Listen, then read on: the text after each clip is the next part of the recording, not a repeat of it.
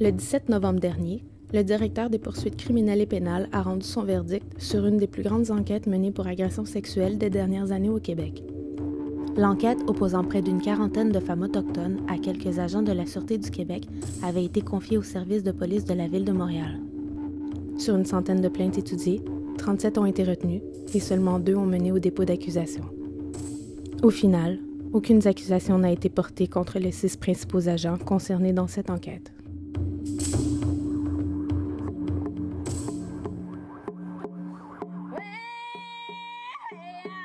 Au Québec, 2 victimes sur 3 ont moins de 18 ans.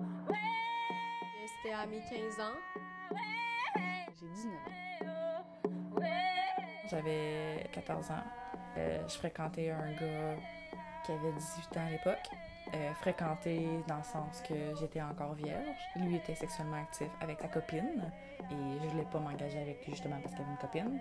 On était dans la maison familiale, on était dans le sous-sol, dans la salle d'ordi.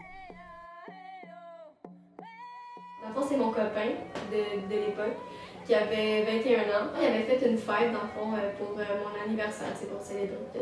Puis j'étais comme, d'accord, j'arrive là, on prend un petit bière. Après ma bière, je venais de finir ma bière au complet, puis je me suis comme mis à sentir comme si j'en avais bu 40, OK?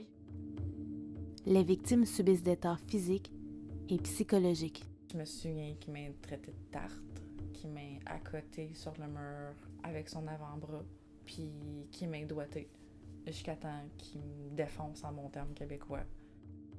Je me débattais, puis comme, tu veux pas, il me retenait, puis j'avais peur, je le connaissais pas. Ça explique les répercussions que ça a sur mes relations avec mes amis ou mes amoureux, en fait.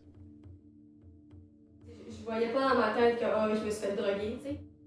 J'ai dit, on peut-tu monter? J'ai envie d'aller me coucher, d'aller m'étendre. Fait qu'il dit, ouais, il y a des chambres en haut, parce que c'était dans la maison d'un ami à lui. Fait que monte à l'étage, va dans une chambre, puis là, on se couche. Puis là, il a commencé à essayer de m'embrasser naturellement, tu sais. Puis là, j'étais genre, non, je file pas trop, tu sais, je pense pas que ça me tente de faire ça à soir. Puis il a comme continué un peu, fait que j'ai comme vraiment décidé de genre de le repousser. Puis là, quand que moi j'ai entendu la porte ouvrir parce qu'il avait pas barré la porte, et je me suis dit, ah si, il va enfin me lâcher, tu sais. Mais il y a un de ses amis qui est rentré, puis il a dit, c'est quoi, elle fait ça difficile, genre? Puis là, il était comme, ouais, aide-moi. Moi, même si j'essayais de me débattre, je pouvais à peine bouger le petit doigt. Les victimes d'agression vivront avec leurs souvenirs toute leur vie. Et je me souviens son terme qui m'a dit « Ah, t'as commencé ta semaine. » Mais je savais très bien que c'était pas ça.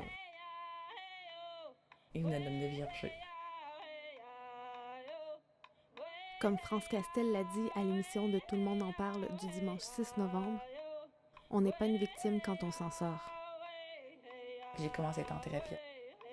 1 an plus tard, j'ai commencé à consulter plus sérieusement.